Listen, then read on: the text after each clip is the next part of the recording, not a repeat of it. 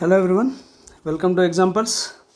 So today let us learn few vocabulary words from English నుంచి కొన్ని words నేర్చుకుందాం.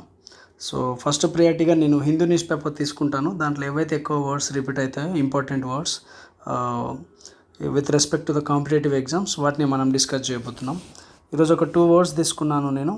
దాంట్లో ఫస్ట్ వర్డ్ వచ్చేసి white elephant and second word వచ్చేసి బ్రూస్క్. సో ఫస్ట్ ఒకసారి ఇక్కడ చూద్దాం. ఈ బ్రూస్క్ అనే వర్డ్కి ఎగ్జాంపుల్స్ ఉన్నాయి. సో దీన్ని ఎట్లా ప్రొనౌన్స్ చేయాలి అంటే బ్రూస్క్. ఓకే, సో ఇది ఎట్లా ప్రొనౌన్స్ చేయాలి అని చెప్పేసి ఇక్కడ కొన్ని ఎగ్జాంపుల్స్ ఇచ్చున్నారు మనకి. సో ఆఫ్టర్ దాట్ అసలు ఎగ్జాక్ట్ మీనింగ్ ఏంటి, ఇది మనం ఏ పర్పస్లో యూజ్ చేస్తాం మనం తెలుసుకోవాలి. Actually it describes someone's behaviour generally. So ఒక పర్సన్ యొక్క బిహేవియర్ని డిస్క్రైబ్ చేస్తుంది ఈ వర్డ్. జనరల్గా బిహేవియర్ ఎట్లుంటుంది అంటే మేనర్ అనేది ప్రాపర్ వేలో ఉండదు, కొంచెం హార్ష్గా చెప్పేసినట్టు ఉంటుంది అన్నమాట. ఇక్కడ మీరు ఒక ఎగ్జాంపుల్ కూడా చూసుకోవచ్చు. His brusque replies to the host made everyone dislike him. So అతను ఆన్సర్ చెప్పే విధానం అందరూ అతన్ని హేట్ చేసే విధంగా చేసినాయి. This is a first example. తర్వాత ఇప్పుడు ఇంకో ఎగ్జాంపుల్ ఇచ్చున్నాడు. I guess you could say that here is an example. Indians have a tendency to be brusque with people they don't know. So తెలియని వాళ్ళతో కొంచెం అమికబుల్గా మంచిగా మాట్లాడరు, కొంచెం ర్యాష్గా మాట్లాడతారు అని చెప్పేసి ఒక ఎగ్జాంపుల్ తీసుకుంటున్నాడు. ఓకే, ఇంకా ఇట్లా ఎక్స్ప్లెయిన్ చేస్తాడు. ఇక్కడ మీరు it is better to go through the lines. ఈ లైన్స్ క్లియర్గా మీరు ఒకసారి చదువుకుంటే మీకు క్లారిటీ వస్తుంది. ఇది ఒక 2 పర్సన్స్ మధ్యలో కన్వర్జేషన్ జరిగినట్టుగా ఉంటుంది. ఇక్కడ చూడండి. How about this example? I'm told the candidates brusque manner offended some of the exposed in the committee. So అక్కడ ఏం చెప్తున్నాడు, ఆ పర్సన్ యొక్క మేనర్, ఆ బ్రూస్క్ మేనర్ వల్ల కొంతమంది అఫెండ్ చేశారు అన్నట్టుగా అక్కడ మాట్లాడుతున్నాడు. నెక్స్ట్ చూడండి. It is difficult to please every one. So అందరి మెప్పు పొందాలంటే అంత ఈజీ కాదు, డిఫికల్ట్ అని చెప్తున్నారు. సో నెక్స్ట్ దీన్ని కంటిన్యూ ఏం చేస్తున్నాడో చూద్దాం ఒకసారి. Anyway, how was a trip to your village? ఒక పర్సన్ అడుగుతున్నాడు. Did your father manage to find a buyer for the house? అంటే ఇక్కడ వాళ్ళు ఒక ఇల్లు అమ్మేద్దామని ఉన్నది టాపిక్. సో మీ ఫాదర్కి బయర్ దొరికాడా అన్నట్టుగా వాళ్ళిద్దరి మధ్య డిస్కషన్ నడుస్తూ ఉంది. People who come to see it love it but when it comes to the price అని చెప్పేసి అతను పాస్ ఇస్తున్నాడు. సో దాన్ని చూస్తున్నారు, ఇష్టపడుతున్నారు, కానీ డబ్బుల విషయానికి వచ్చేసరికి అని చెప్పేసి అతను పాస్ ఇచ్చేస్తున్నాడు. సో నెక్స్ట్ ఏమంటున్నారు ఒకసారి చూద్దాం. Let's see. I can understand why they love it. It's a beautiful house. So చూడడానికి చాలా మంచిగా ఉంటుంది, అందుకనే దాన్ని అందరు ఇష్టపడతారు అని చెప్తున్నారు. Why does your father want to sell it? So మీ నాన్న ఇది ఎందుకు అమ్మాలనుకుంటున్నాడు? He thinks that it's become a white elephant. He can't really. White elephant, when you say that something is a white elephant, what you're suggesting is that it serves no real purpose. అంటే ఇప్పుడు ఆ person అంటున్నాడు, మా నాన్న దాన్ని ఒక white elephant అనుకుంటున్నాడు అని చెప్పేసి he thinks that it becomes a white elephant. So దాని యొక్క అర్థం ఏంటో మనకి ఇక్కడ ఎక్స్ప్లెయిన్ చేస్తున్నాడు. వైట్ ఎలిఫెంట్ అంటే ఏంది అంటే ఇక్కడ ఎగ్జాంపుల్ ఇచ్చాడు. It serves no real purpose but at the same time it is expensive to maintain. అంటే it serves no real purpose అంటే అర్థం ఏంటండి? యాక్చువల్గా యూజ్ఫుల్ కాదు అని. Next, it is expensive. So అది యూస్ఫుల్ కాదు, it is not useful, but at the same time it is expensive అంటే ఖరీదుతో కూడుకున్నది అని చెప్పేసి. In other words, it's an unwanted item which you cannot get rid of. So అవసరం లేనిది అని దాని ఓవరాల్ మీనింగ్ అనేది వస్తుంది మనకి. సో దీనికి సంబంధించి ఇంకా కొన్ని ఎగ్జాంపుల్స్ కూడా ఇచ్చున్నారు. అయితే ఈ వైట్ ఎలిఫెంట్ మనకి ఎందుకు వచ్చింది ఏంటి అన్నది ఇంకొక 2 ఎగ్జాంపుల్స్ కూడా ఇచ్చున్నారు. ఫస్ట్ వచ్చేసి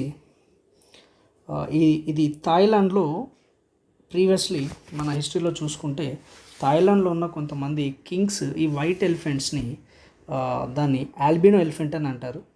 ఆల్బినో ఎలిఫెంట్ని వాళ్ళు మెయింటైన్ చేసేవాళ్ళు. సో దాన్ని మెయింటైన్ చేయడానికి అది చాలా ఎక్స్పెన్సివ్తో కూడుకునేది అన్నమాట. సో జనరల్గా ఎట్లా మాట్లాడతారంటే వైట్ ఎలిఫెంట్ మెయింటైన్ చేయాలంటే కింగ్ అయి ఉండాలి అని చెప్పేసి మాట్లాడుతూ ఉంటారు, ఎందుకంటే దాని పర్పస్ ఎక్స్పెన్సివ్ అట్లా ఉంటుంది కాబట్టి. సో ఇదొక ఎగ్జాంపుల్. నెక్స్ట్ మనం ఇది ఎట్లాంటి సిచ్యువేషన్లో వాడతాం అనడానికి ఇంకొక ఎగ్జాంపుల్ తీసుకుంటున్నాను నేను. ఇది ఒక real time example. In other words, it's an unwanted item which you cannot get rid of. అదే మళ్ళీ రిపీట్ అయింది. According to the newspaper report, the numerous stadiums we built for Asiad are now nothing more than white elephants. Asiad అనేది ఇది Asian గేమ్స్ని చూసుకునే committee అండి. Numerous stadium అంటే number of stadiums. So numerous stadiums we built for Asiad are now nothing more than white elephant. So మనము ఆ Asian games గురించి అయితే ఏవైతే మనం బిల్డప్ చేస్తున్నామో అవి అన్నీ కూడా ఇప్పుడు ఒక వైట్ ఎలిఫెంట్స్ లాగా మారిపోయినాయని చెప్తున్నారు. Which is why the Olympic committee always advises the host nation not to build too many new stadiums. అందుకే ఒలింపిక్ కమిటీ కొత్త స్టేడియమ్స్ కట్టకూడదు అని చెప్తుంది అని చెప్తున్నాడు. Why does he think that is built it 50 kilometers away from. Okay, ఇది వేరే example తీసుకున్నారు. ఇంకొక one more example. My cousin fears that his gated community project may become white elephant. So అతను ఒక గేటెడ్ కమ్యూనిటీ ప్రాజెక్ట్లో ఉన్నాడు. So అదొక white elephant అవుతుందేమో అని అనుకుంటున్నాడు. ఎందుకు అనేది రీజన్ ఇచ్చాడు. Why does he think that he's built it 50 kilometers away from the city. Nobody wants to move that far. So city నుంచి ఒక 50 km దూరంలో కట్టున్నాడు. అక్కడికి ఎవ్వరు వెళ్ళాలని అనుకోరు. That's true. My cousin vintage cars are also expensive to maintain. So ఎట్లాంటి situation, ఇవన్నీ examples అండి.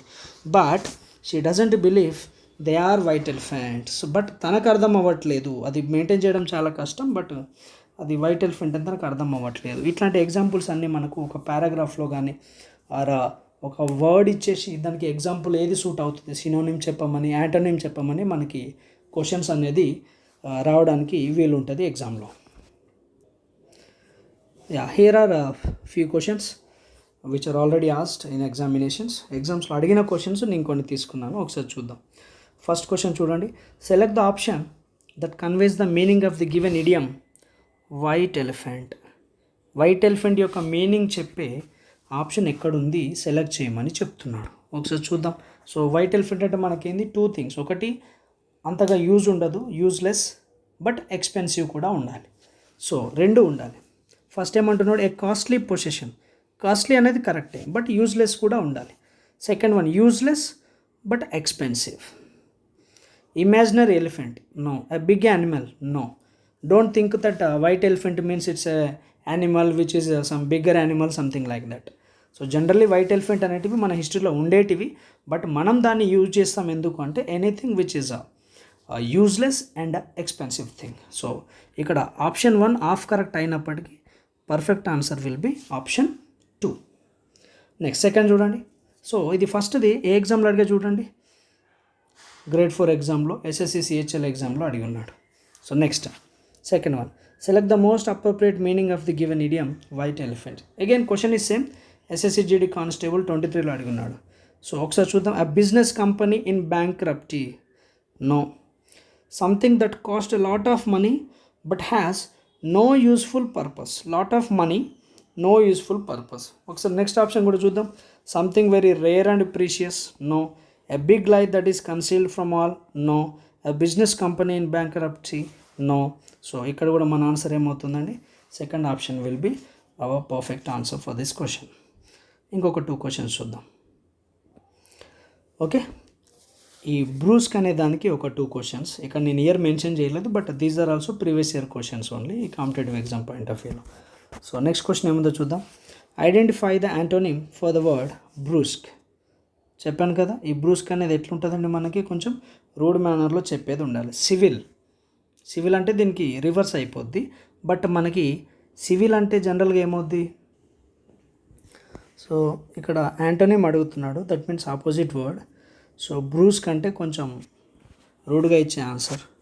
సో ఫ్రాంక్ అంటే కూడా కొంచెం ఆల్మోస్ట్ అట్లానే ఉంటుంది, but not exactly. Insightful means ఆలోచించుకొని కొంచెం డీప్గా అర్థం చేసుకొని ఇచ్చే ఆన్సర్ అవుతుంది. బ్రైట్ ఈజ్ దానికి ఏ విధంగా సెట్ అవ్వట్లేదు. సో సివిల్ అనేది అమికబుల్గా, పొలైట్గా ఇచ్చే ఆన్సర్ అవుతుంది.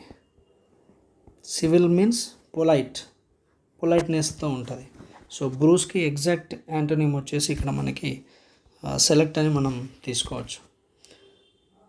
Next, he was brusque and candid in the interview. Select the most appropriate synonym for the brusque. So ఇక్కడ మనకి సినోనిమ్ అడుగుతున్నాడు. ఒకసారి ఈ వర్డ్స్ చూద్దాము. Abrupt, vociferous, brave, pursue. So ఇక్కడ మనకి అబ్రప్ట్ అంటే జనరల్గా సడన్గా జరిగేదానికి తీసుకుంటాం మనం. సడన్ ఆర్ అన్ఎక్స్పెక్టెడ్ అనే ఒక మీనింగ్ వస్తుంది. అండ్ సెకండ్ వచ్చేసి కొంచెం రూడ్ ఆర్ అన్ఫ్రెండ్లీ అని కూడా వస్తుంది. రూడ్ ఆర్ అన్ఫ్రెండ్లీ అనే వర్డ్ కూడా మనం తీసుకోవచ్చు. బ్రేవ్ అంటే మోస్ట్లీ చాలామందికి తెలిసి ఉంటుంది, ఇది ధైర్యానికి సంబంధించింది బ్రేవ్ అనేది వస్తుంది. సో మనకి ఈ బ్రూస్క్ అనే దానికి మనకి సినోనిమ్ కావాలి, దానికి బ్రేవ్ అని తీసుకోకూడదు. బ్రేవ్ అనేది మనకి ఎప్పుడు పాజిటివ్గానే తీసుకుంటాం. పర్స్యూ అన్నది దేనివైనా ఫాలో అప్ చేయడం, అదే ఎవరినైనా ఫాలో అవ్వడాన్ని పర్స్యూ అంటారు. ఏదైనా వర్క్ ఉంటే దాన్ని మీరు పర్స్యూ చేయండి అంటే మీరు దాన్ని ఫాలో అవ్వండి, అది అయ్యే వరకు దాన్ని వెంట పడండి అన్న మీనింగ్లో మనకు అది వస్తుందండి. నెక్స్ట్ వెసిఫెరాస్. ఫెరాస్ ఇక చూడండి, ఫెరోసియస్ ఆ మీనింగ్లో వస్తుంది. సో ఇదేంటంటే జనరల్గా వెసిఫోరస్ అంటే జనరల్ మీనింగ్ మనం ఇది ఎప్పుడు యూజ్ చేస్తామంటే expression of opinions loudly and confidently. Expression of opinions loudly కాన్ఫిడెంట్గా చెప్పడాన్ని, లౌడ్గా చెప్పడాన్ని వెసిఫోరియస్ అనే బిహేవియర్ చెప్తాము. సో మనకి ఇది కూడా పాజిటివ్ వేలోనే వస్తుంది. బట్ మనకు బ్రూస్క్ అనేది అబ్రప్ట్కి ఇక్కడ కరెక్ట్గా మ్యాచ్ అవుద్దండి. సో రూడ్ ఆర్ అన్ఫ్రెండ్లీ అనే మీనింగ్ ఉంటుంది, సడన్గా అయిపోయేదని కూడా ఉంటుంది. అయితే మనకి సినోనిమ్స్ యాంటోనిమ్స్ జనరల్గా ఏమవుద్దంటే ఆప్షన్స్ని బట్టి ప్రొసీడ్ అవ్వాలి. మనం ఏదో మైండ్లో పెట్టుకొని అదే అవ్వాలి అంటే సమ్టైమ్స్ అది మిస్ అవుతుంది వర్డ్. ఆ వర్డ్ లేనప్పుడు దానికి నియరెస్ట్లో ఏ వర్డ్ అయితే ఉందో we have to select that. So ఆ విధంగా మనం వెళ్ళాల్సి ఉంటుందండి. సో ఐ హోప్ ఈ 2 వర్డ్స్ మీకు అర్థమైనాయని అనుకుంటున్నాను. I just want to repeat it. ఇప్పటివరకు మనం ఏం నేర్చుకున్నాము. సో వైట్ ఎలిఫెంట్ అండ్ బ్రూస్క్ అనే 2 వర్డ్స్ తీసుకున్నాను. ఈ బ్రూస్క్ అనేది మనకు కొంచెం రూడ్ బిహేవియర్ ఆ రూడ్ మేనర్లో చెప్పేది, అది నెగిటివ్ సెంటెన్స్ వస్తుంది. వైట్ ఎలిఫెంట్ అంటే యూజ్ ఉండదు, తక్కువ యూజ్ ఉంటుంది. And at the same time it will be more expensive. దానికి సంబంధించిన కొన్ని ఎగ్జాంపుల్స్ కూడా మీకు ఇచ్చున్నాను. అండ్ ప్రీవియస్ ఇయర్లో మనకు అడిగిన క్వశ్చన్స్ కూడా తీసుకొని మీకు ఎక్స్ప్లెయిన్ చేశాను. So I hope you got the point. మీకు అర్థమవుతుందని అనుకుంటున్నాను. ఇన్ కేస్ మీకు ఇంకేమైనా ఇంప్రూవ్ చేయాలంటే కమెంట్ పెట్టండి మెసేజ్ రూపంలో. Thank you so much. Video నచ్చితే షేర్ చేయండి. Please do subscribe. Have a good day.